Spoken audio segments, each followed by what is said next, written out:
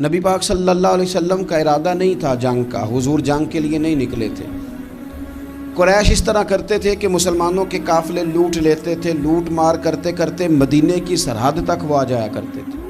ایک قافلہ ابو سفیان لے کے جا رہے تھے تجارت کے لیے، تو اس میں سارے کافروں کا مال شامل تھا۔ ایک قافلہ جایا کرتا تھا، سارے اپنا اپنا مال شامل کر دیتے تھے۔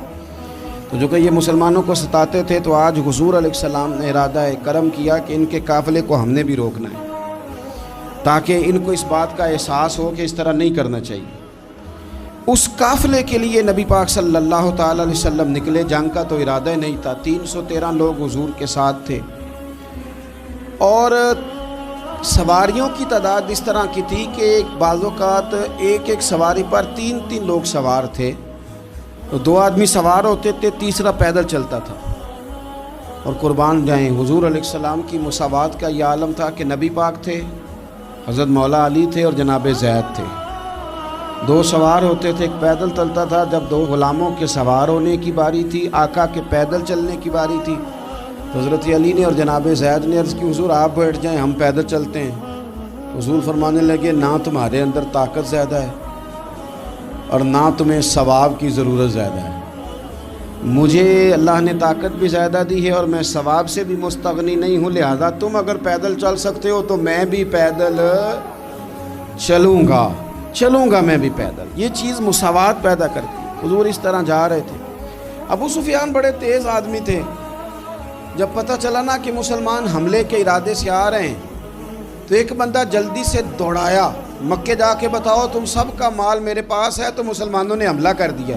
خود اس طرح کیا کہ جس رستے سے وہ جا رہے تھے وہ رستہ بدل کے رستہ کوئی اور اختیار کر لیا۔ قافلہ بھی بچ کے نکل گیا۔ اہل عرب کا طریقہ تھا ایمرجنسی اعلان کرنے کا، ہمارے ہاں بھی طریقہ ہے بریکنگ نیوز، ہے نا جی، چور آ گیا، پھر وہ کئی دفعہ صحیح بھی آتا ہے تو لوگ یقین نہیں کرتے۔ ہر شے کی تو بریکنگ نیوز ہے، اور کھولیں تو بیچ میں سے کچھ بھی نہیں نکلتا، نیری نیوز بھی نہیں نکلتی، بریکنگ کیا نکلنی ہوتی ہے۔ اس لیے میں کہتا ہوں کہ میڈیا کی ہر بات کو تسلیم نہ کر لیا کریں، سوشل میڈیا پہ چلنے والی ہر خبر کو نہ مان لیا کریں۔ یہاں تو اتنا عجیب حال ہے، ہمارے ایک بزرگ عالم دین ہے، بیچارے پچھلے دنوں وضاحت دے رہے تھے، خود بیٹھ کے کہہ رہے تھے میں زندہ ہوں بھائی، کسی نے میڈیا پہ خبر دے دی کہ میں فوت ہو گیا ہوں۔ وہ کہہ رہے تھے مہربانی کرو مجھے سونے دو، سارا دن ٹیلی فون آتے ہیں اور لوگ مجھے ہی فون کر کے میری ہی تعزیت کا پوچھنے لگ جاتے ہیں۔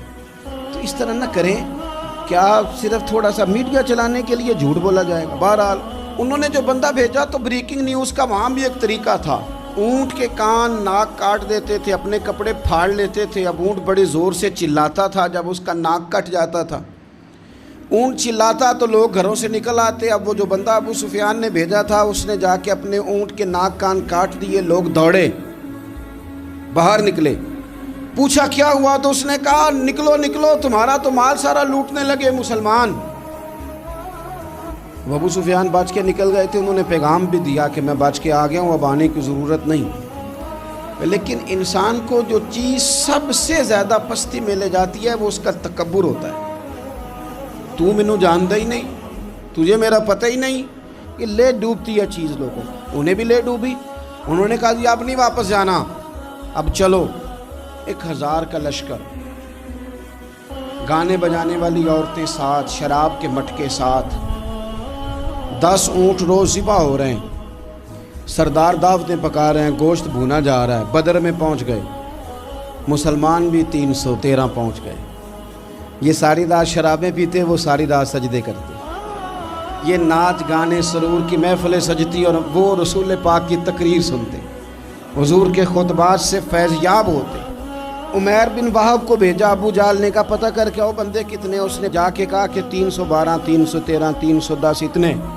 کہنے لگا جنگ کیا کرنی ہے، ان کو سویرے اونٹوں کی پشتوں پہ باندھ کے لے جائیں گے، مکے جا کے دیکھیں گے کیا کرنا ہے۔ یہ تکبر ہے نا۔ تو عمیر بن وہب کہنے لگا ہیں 312 ہیں 313، میرے اندازے میں 310، لیکن ایک کا بھی واپس جانے کا ارادہ کوئی نہیں۔ میں نے جس کو بھی دیکھا ہے شہادت کی دعا مانگتے دیکھا ہے، ارادہ بڑا پکا لے کے آئے، شہادت ہے مطلوب و مقصود مومن، نہ مال غنیمت نہ کشور کشائی۔ نبی پاک صلی اللہ علیہ وسلم نے جب دیکھا نا کہ وہ تو جنگ کے لیے آن پہنچے ہیں اور ارادہ تو قافلے کا تھا، تو حضور نے صحابہ سے مشورہ کیا. نبی پاک علیہ الصلوۃ والسلام نے ہمیں بتایا ہے کہ چیزیں مسلط نہ کرو. ہم نہ اپنا مسلط کرتے ہیں، یعنی تراویح پڑھنے والا بندہ دوسروں کو بڑا گھورتا ہے کہ تو کیوں نہیں پڑھتا، بھئی تو پڑھ رہا ہے نا تو اللہ سے دعا کر یہ بھی پڑھے، لیکن اپنا مسلط نہ کر، دعوت دے، تبلیغ کر. نفل پڑھنے والا سب کو گناہگار ہی سمجھنے لگ جاتا ہے. عصر کی پہلی 4 سنتے تو کیوں نہیں پڑھتا، تو کیوں. بھئی آپ مسلط کریں گے، آپ رائے دیں اور رائے دے کے سائڈ پہ ہو جائیں. مسلط کرنے کی تو اجازت نہیں. حضور کا تو حکم چل سکتا ہے نا، چلتا ہے نا. لیکن حضور نے بھی صحابہ سے پوچھا، بھائی وہ تو لڑنے آ گئے ہیں، اب کیا کرنا ہے؟ تو حضرت صدیق اکبر کہنے لگے، حضور کرنا وہ ہے جو آپ نے فرمانا ہے. حضرت عمر کہنے لگے، حضور تلواروں کو تو زنگ لگ گیا ہے. اور جناب علی شیر خدا مرتضیٰ مشکل کشا غل عطا، مولا کائنات فرمانے لگے، حضور علی اور تلوار یہ تو رشتہ ہی بڑا پرانا ہے، تیاری کریں. حضور کا خیال تھا کہ انصار بھی تو بولے نا، یہ تو سب مہاجرین بول رہے ہیں. انصار کو جب سمجھ آئی نا کہ اشارہ ہماری طرف ہے تو حضرت سعد بن عبادہ اٹھے، کہنے لگے، حضور آپ کا اشارہ ہماری جانب ہے؟ فرمایا ہاں. کہا یا رسول اللہ صلی اللہ علیہ وسلم خشکی پہ بھی لڑیں گے اور دریا میں بھی لڑیں گے. حضور انسانوں سے بھی لڑیں گے اور آپ حکم دیں گے تو جنوں سے بھی لڑیں گے. وہ بیٹھے تو حضرت مقداد اٹھے اور کمال کر دی، کہنے لگے یا رسول اللہ آپ ہم سے ارادہ پوچھ رہے ہیں؟ ہم کوئی حضرت موسیٰ کی قوم ہے جو اپنے نبی سے کہہ دیں گے آپ لڑیں اور آپ کا خدا لڑے؟ سونیا ہم آپ کے ساتھ لڑیں گے اور آپ کے قدموں پہ جانیں بھی قربان کریں گے. نبی کا حکم ہو تو کود جائیں ہم سمندر میں اور جہاں کو محو کر دیں نعرہ اللہ اکبر میں. نہتے 313 بشر شوق شہادت میں نکل آئے تھے میدان میں محمد کی قیادت میں. نہ تیگ و تیر پہ تکیا، نہ خنجر پہ، نہ بھالے پر، بھروسہ ہے تو ایک سادی سی کالی کملی والے پر. نبی پاک صلی اللہ تعالیٰ علیہ وسلم نے جذبات سنے تو فرمایا چلو نہ چلیں، پر چھوٹے چھوٹے بچے واپس کر دو. ایک چھوٹے بچے تھے عمیر بن ابی وقاص، حضرت سعد بن ابی وقاص کے بھائی، زمین پہ لیٹ کے رونے لگے، سونیا میں نے بھی جانا ہے. کمپیوٹر کے لیے نہیں رو رہے، موبائل کے لیے نہیں رو رہے، نئی سائیکل کے لیے نہیں، شہادت کے لیے. حضور میں لڑوں گا، اب مجھے لے کے تو چلیں. یا رسول اللہ میں طاقتور نکلوں گا، لے کے تو چلیں. ان کے آنسو دیکھ کے حضور نے فرمایا لے چلو نا ساتھ. فطرت مسکرا رہی تھی. حضرت سعد بن عبادہ ایک دوسرے سے کہہ رہے تھے ہم سے لڑنے آیا ہے ابو جہل، جس قوم کے بچوں کی شجاعت کا یہ عالم ہے اس قوم میں علی کا کیا حال ہوگا اور امیر حمزہ کا کیا عالم ہوگا. یہ ہمارے ساتھ مقابلہ کریں گے یہ لوگ. اور چھوٹے اتنے تھے حضرت عمیر کے تلوار اپنے ہاتھوں سے اپنے گلے میں نہیں لٹکا سکتے تھے، وہ بڑے بھائی نے لٹکائی. میدان میں نکلے، حضور علیہ الصلوۃ والسلام نے تقریر کی، فرمایا تمہیں پتہ ہے تم کس جنت کی جانب جا رہے ہو؟ وہ جنت ہے جس کی چوڑائی زمین آسمان کے برابر ہے. حضرت عمیر بن حمام انصاری ایک صحابی تھے. جب کریم نے فرمایا نا جنت کی چوڑائی، کسی چیز کی لمبائی زیادہ ہوتی ہے چوڑائی کم ہوتی ہے، جب فرمایا نا کہ چوڑائی زمین آسمان کے برابر ہے تو حضرت عمیر بولے، کہنے لگے واہ واہ واہ واہ واہ. کھجوریں کھا رہے تھے، حضور نے فرمایا تو بڑی واہ واہ کر رہا ہے، کہ سونیا اتنی جنت پیاری ہے تو ہم دور کیوں ہیں، یہ دے نا ذرا تلوار. جلدی سے میدان میں نکلے، اللہ نے انہیں شہادت عطا فرمائی. رات ساری وہ مست رہے شراب کے نشے میں اور حضور ساری رات مصلی پہ رہے، ساری رات دعائیں مانگی. پتہ کیا کہا؟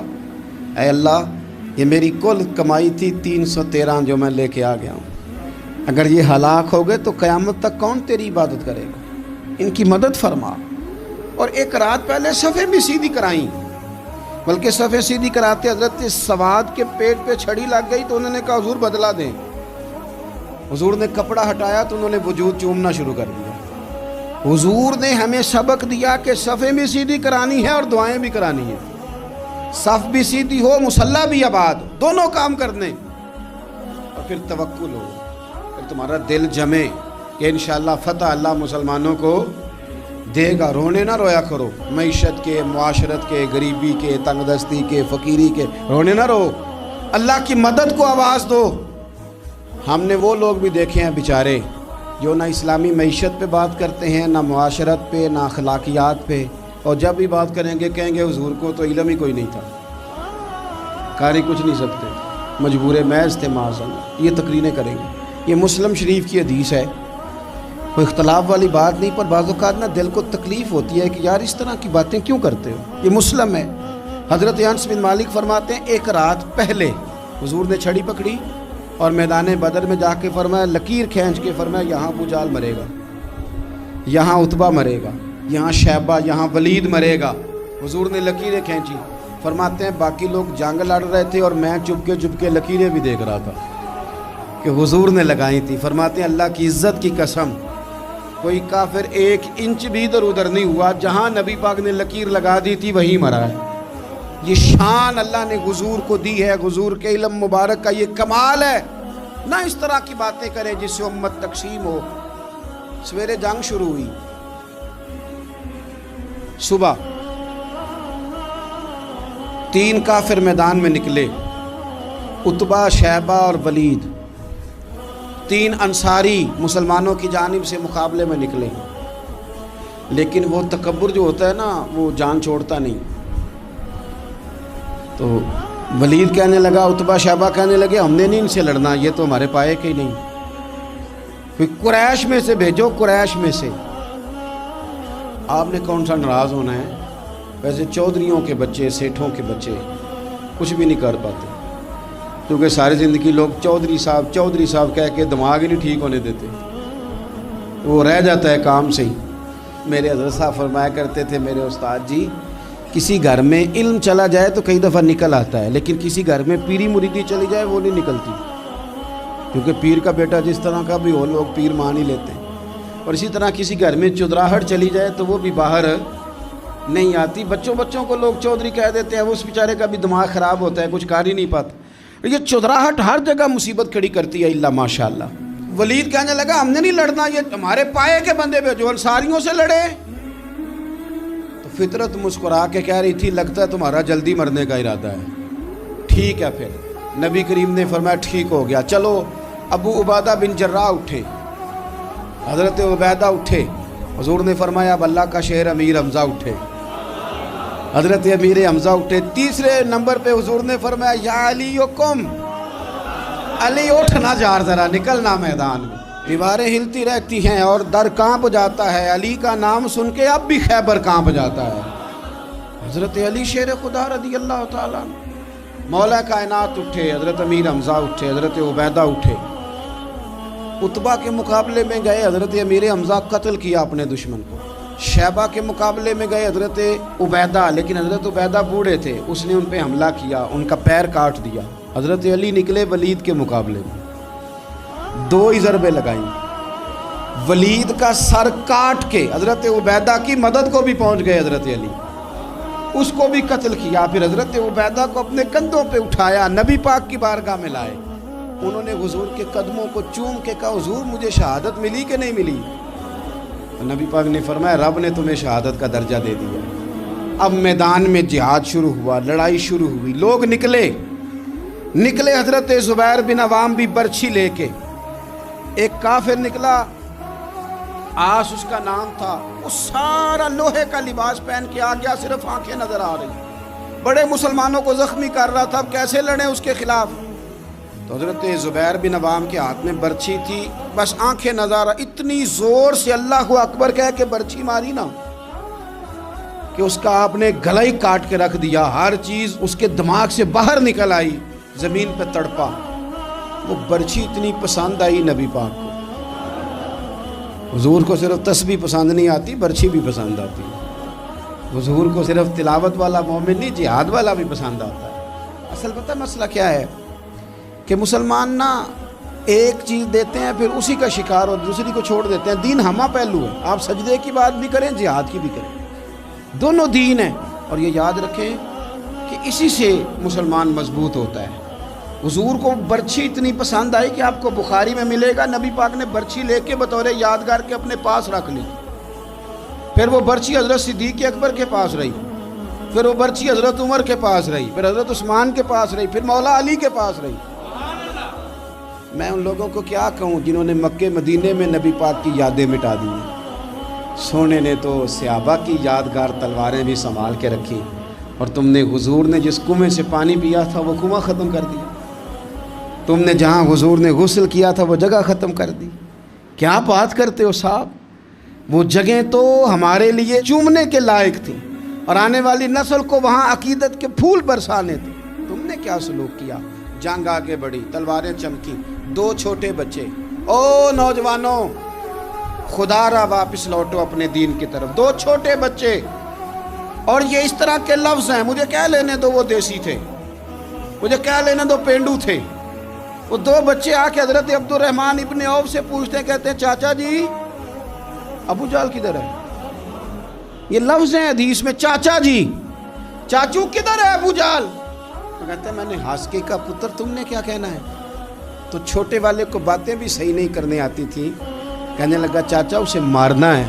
کہا کیوں مارنا ہے؟ کہا اس لیے کہ ہم نے سنا ہے وہ ہمارے نبی کو برا کہتا ہے معاذ اللہ۔ کہا تم اگر نام مار سکے تو چھوٹا کہہ رہا ہے، کہتا نام مار سکے تو مریں گے تو صحیح نا حضور کے نام پہ۔ حفیظ جلندری کہتے ہیں وہ کہہ رہا تھا مریں گے یا ماریں گے اس ناری کو، سنا ہے گالیاں دیتا ہے وہ محبوب باری کو، معاذ اللہ حضور کو برا کہتا ہے۔ میدان میں آئے دونوں، زور زور سے تلواریں ماری، گھوڑے سے گرا لیا ابو جہل۔ حضرت معاذ جو تھے بڑے والے، ان کا بازو کٹ گیا، تھوڑا سا گوشت سا لٹک رہا تھا۔ یہ نرم و نازک بچے ہمارے، یہ میدانوں میں کام کریں گے؟ جن کو تھکاوٹ ہوتی ہے، جو پیناڈال کی گولی کھا کے سوتے ہیں رات کو، بازو لٹک رہا تھا۔ حضرت معاذ نے اس پر اپنا پیر رکھا، جھٹکا دے کے اتار دیا۔ حضرت عبداللہ ابن مسعود کو کہا، انہوں نے گردن کاٹ دی ابو جہل کی۔ دونوں تلواریں لے کے حضور کے پاس گئے۔ چھوٹا کہتا ہے حضور میں نے مارا ہے، بڑا کہتا ہے حضور میں نے مارا ہے۔ کہتا ہے نہیں تو پیچھے تھا، میں نے مارا ہے۔ وہ کہتے نہیں تو بعد میں آیا تھا، میں نے مارا ہے۔ فرمایا تلواریں دکھاؤ نا۔ جب تلواریں دکھائیں تو حضور فرمانے لگے تم دونوں نہیں مارا ہے، برابر کا ثواب ہے۔ جس کا بازو کٹا تھا کریم رسول نے فرمایا ادھر لا نا بازو، وہ بازو لائے، حضور نے اسی جگہ رکھ کے نا دوبارہ لعاب دہن لگایا۔ حضرت معاذ حضرت عثمان غنی کے زمانے تک موجود رہے۔ فرماتے ہیں کٹنے سے پہلے طاقت کم تھی، جب حضور نے جوڑا ہے تو طاقت پہلے سے زیادہ ہو گئی ہے، پہلے سے زیادہ ہو گئی ہے طاقت۔ کہتے ہیں کہ نبی پاک سید عالم صلی اللہ علیہ وسلم کی خدمت میں حضرت عکاش آئے، کہنے لگے سونیا میرے جذبات کنٹرول میں نہیں آ رہے، میں ان بے ایمانوں کے گلے کاٹوں گا، پر میرے پاس تلوار ہی کوئی نہیں، کوئی تلوار ہو تو ماروں نا۔ ایک درخت کی جڑ تھی، ٹہنی تھی، حضور نے یوں کر کے کھینچی، فرمایا یہ لینا تلوار۔ کہتے ہیں وہ حضور کے ہاتھوں میں ٹہنی تھی، میرے ہاتھوں میں آتی گئی اور تلوار بنتی گئی۔ پھر اس سے کافر کاٹے حضور کے معجزات۔ 5000 فرشتہ بھیجا اللہ نے جنگ بدر میں۔ کتنے؟ یہ میں نے بات اس لیے بیان کی ہے کہ اقبال نے ایک مشورہ دیا، کہتے ہیں تو فضائے بدر تو پیدا کر، فرشتے تیری نصرت کو اتر سکتے ہیں گردوں سے، کتار اندر کتار اب بھی۔ اقبال کیوں ایسا کہہ رہا ہے؟ تو اقبال کہتے ہیں اس لیے کہ آج بھی ہو اگر ابراہیم کا ایمان پیدا تو آگ کر سکتی ہے انداز گلستان پیدا۔ 5000 فرشتہ آیا۔ مجھے تو لگتا ہے فرشتوں نے بھی دعا کی تھی کہ یا اللہ ہم تیرے نبی کی قیادت میں لڑنا چاہتے ہیں۔ فرشتے آئے، سپر پاور تھی روما، بڑی طاقتور سمجھتی تھی، ایران، روم، یہ کیسر و کسرا، بڑی طاقتیں تھیں۔ عرب کے لوگ تو بوریا نشین تھے، صحراؤں میں نکل کے انہوں نے الٹ پلٹ کے نہیں رکھ دی سارا کچھ۔ علامہ اقبال سے کسی نے پوچھا تھا کہ مسلمان دوبارہ سے کبھی میدانوں میں آئیں گے؟ تو اقبال کہنے لگے ہاں ہاں ضرور آئیں گے، آئیں گے، یہ نکلیں گے۔ کیا کس طرح؟ کہنے لگے میں نے فرشتوں سے سنا ہے، نکل کے صحرا سے جس نے روما کی سلطنت کو الٹ دیا تھا، نکل کے صحرا سے۔ قدسی کہتے ہیں فرشتوں کو، اقبال کہتے ہیں رات وہ باتیں کر رہے تھے، میں نے سنا ہے کہ نکل کے صحرا سے جس نے روما کی سلطنت کو الٹ دیا تھا، سنا ہے میں نے یہ قدسیوں سے کہ وہ شیر پھر ہوشیار ہوگا، وہ جاگے گا، وہ بیدار ہوگا۔ یہ قدسیوں سے سنا ہے میں نے، وہ آئے گا میدانوں میں۔